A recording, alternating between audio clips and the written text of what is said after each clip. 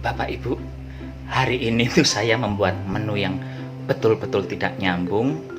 Cuaca di luar lagi gerimis, tapi saya justru membuat rujak. Jadi ibarat kata saya itu seperti Jaka Sembung makan permen. Gak nyambung men. Tapi syukur ini hujannya sudah tinggal gerimis. Kalau tadi 1 jam yang lalu, penghuni langit kayak lagi ngamuk, dar der dor. Mungkin mereka lagi balas dendam karena beberapa hari lalu kan makhluk bumi habis bikin mercon di mana-mana nggih. Sekarang mereka balas dendam. Gantian dan ngerinya minta ampun hujan di Batam hari ini.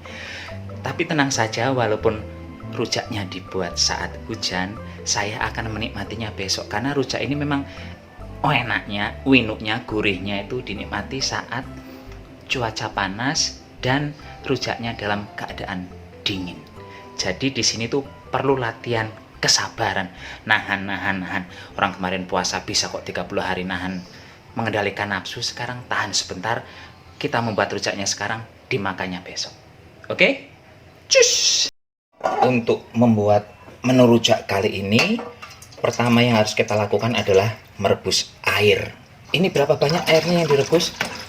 Sesuai selera saja. Kalau mau bikin rujaknya banyak, airnya ya banyak. Kalau rujaknya sedikit, airnya sedikit saja. Sambil menunggu mendidih, saya masukkan gula merah. Saya tambahkan garam secukupnya saja, jangan kebanyakan. Tambahkan juga gula pasir, karena kalau cuma mengandalkan gula merah biasanya kurang manis. Ini dikira-kira saja ilmunya, yang penting sampai airnya manis ini ya. Tapi manisnya jangan manis kebangetan, manis yang sedang-sedang saja. Ini ditunggu hingga airnya mendidih serta gula jawanya larut. Sambil menunggu air gulanya mendidih, Bapak Ibu bisa mempersiapkan bahan yang lain.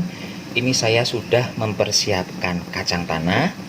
Kacang tanahnya bisa Bapak Ibu goreng atau sangrai, dan kebetulan saya tadi tidak menggunakan keduanya, melainkan menggunakan microwave. Ini saya microwave selama 3 menit.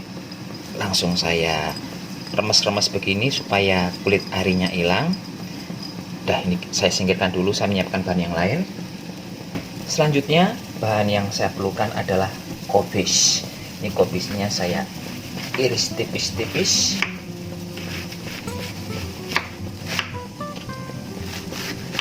Udahlah, pertanyaan. Untuk rujak ini memang menurut saya wajib menggunakan kobis, karena kalau ada kobisnya itu rasanya bakal enak, krenyes-krenyes seger seperti itu. Selain kobis, saya juga akan memerlukan toge. Ini togenya sedikit saja. Ini saya baru pulang dari pasar, terus hujan deras, nggak bisa bikin konten. Jadi ini bikinnya yang simple-simple saja. Ini sambil dibersihkan togenya ya.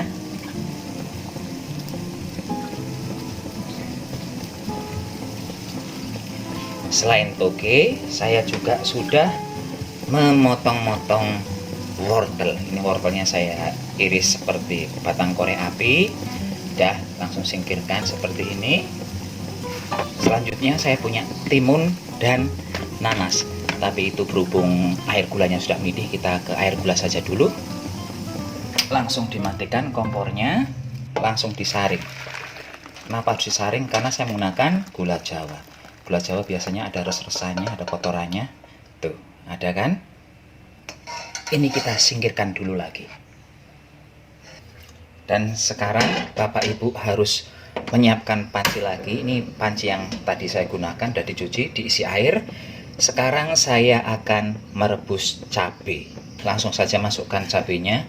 Saya hanya menggunakan cabai merah keriting. Kalau Bapak Ibu mau menggunakan cabai rawit, silahkan masukkan saja. Sesuaikan dengan selera pedas masing-masing. Ini dibiarkan betul-betul matang cabenya, jangan sampai cuma matangnya separuh-separuh, karena kalau cuma matang setengah-setengah itu nanti di perut akan sakit. Jadi kalau mau mentah ya mentah, kalau mau matang ya matang sekalian cabai yang digunakan. Saya akan menyiapkan timunnya. Timunnya ini dibuang isinya saja Bapak Ibu, biar nggak berair, kebanyakan air nanti malah ya kalau nggak dibuang. Ini bijinya bisa dibikin es, jadi disingkirkan saja, jangan betul-betul dibuang ke tempat sampah. Ini dibikin es dengan biji selasih. Enak. Ini langsung diiris-iris. Kemudian akan saya tambahkan sedikit nanas. Ini kemarin belinya sudah potongan dari pasar. Ini jangan diprotes-protes dulu, jorok, kotor, itu nggak dicuci dulu. Udah dicuci semua kecuali toginya. Kalau ini, dan nanti ini tetap dicuci sekali lagi. Saya akan menggunakan jambu air. Jambu airnya satu aja, jangan kebanyakan. Si jambu air ini kalau direndam air terlalu lama dia kayak seperti, bukan membusuk sih, tapi jadi asam. Bagusnya sedikit saja, jangan kebanyakan. Sekarang saya akan mencuci togenya dulu.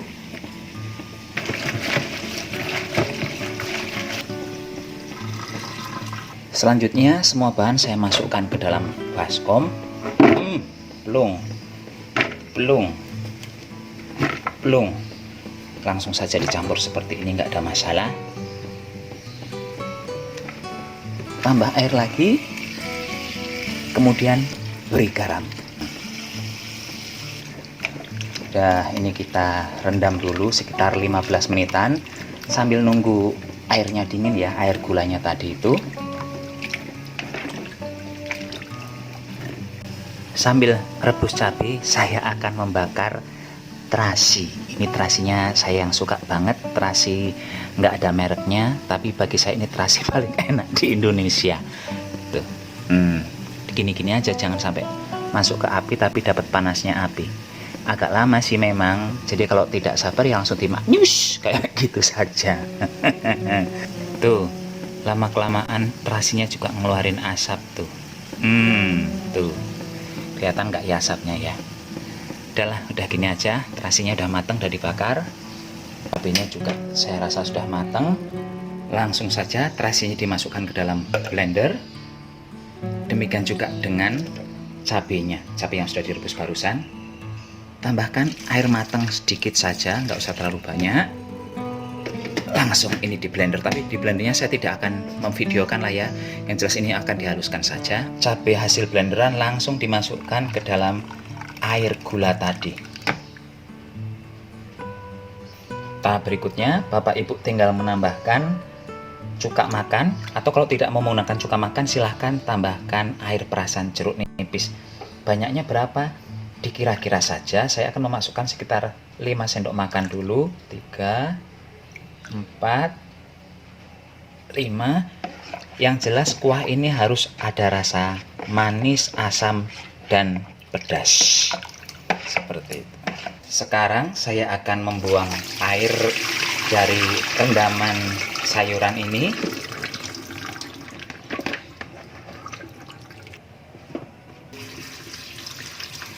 Ini pastikan juga bahwa garam-garam yang tertinggal di dalam sayuran hilang supaya rasanya tidak keasinan. Kita tunggu hingga airnya tiris ini. Kita biarkan dulu. Dan sekarang sayurannya kita balikkan lagi ke dalam baskom. Langsung air gula yang sudah dicampur cabai dimasukkan. Ini Bapak Ibu nggak usah khawatir kalau sekarang kok kayaknya airnya kurang ya, nggak terlalu banyak ya. Padahal saya suka airnya. Tenang saja. Ini besok kalau sudah direndam 1 malam, airnya tuh tiba-tiba bisa banyak. Nggak tahu kenapa, mungkin dari buah-buahnya ini kayak mengeluarkan air atau gimana, nggak tahu. Yang jelas nanti ini airnya jadi banyak. Dan ini sedapnya itu besok dimakan dengan kerupuk kuning. Kerupuk kuning itu dibuatnya dari mie singkong yang digoreng. Kalau orang Jawa bilangnya mie pentil. Itu enak banget ini dimakannya dengan itu. Dah, ini akan saya taruh kulkas, akan dinikmati besok. Ini dia rujak cuka Bandung versi Santo Sapi. Dan sebagai sentuhan akhir saya akan memberikan kacang tanah sebagai taburan seperti ini. Dan yang lebih lengkap sih seperti yang saya bilang tadi nggih, tambahkan gorengan mie kuning mie singkong. Jadi itu akan kelihatan lebih cantik, dan selain itu rasanya juga akan mendapat gurih-gurih yang wendol tiada tara. Silahkan dicoba di rumah. Ini murah meriah, enak, dan menurut saya sangat banyak vitaminnya. Monggo dicoba.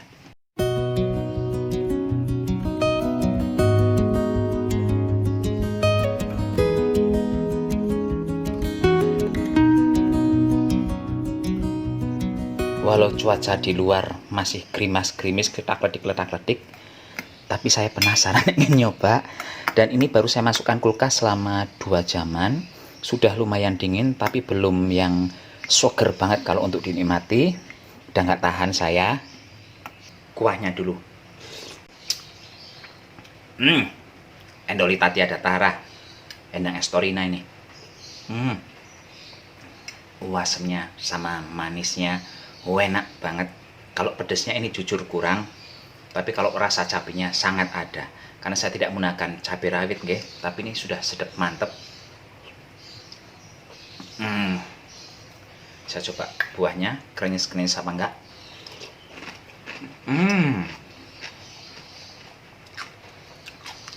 Ini besok dimakan dengan tetangga sambil ngerumpi di bawah pohon belimbing. Top markot top.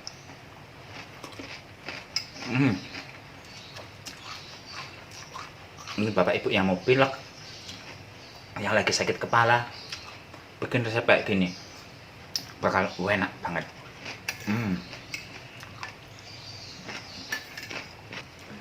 Sekarang Santo Sapi mau pamit dulu, sampai jumpa di video berikutnya. Tetap jaga kesehatan, gunakan masker kalau keluar rumah. Bye bye.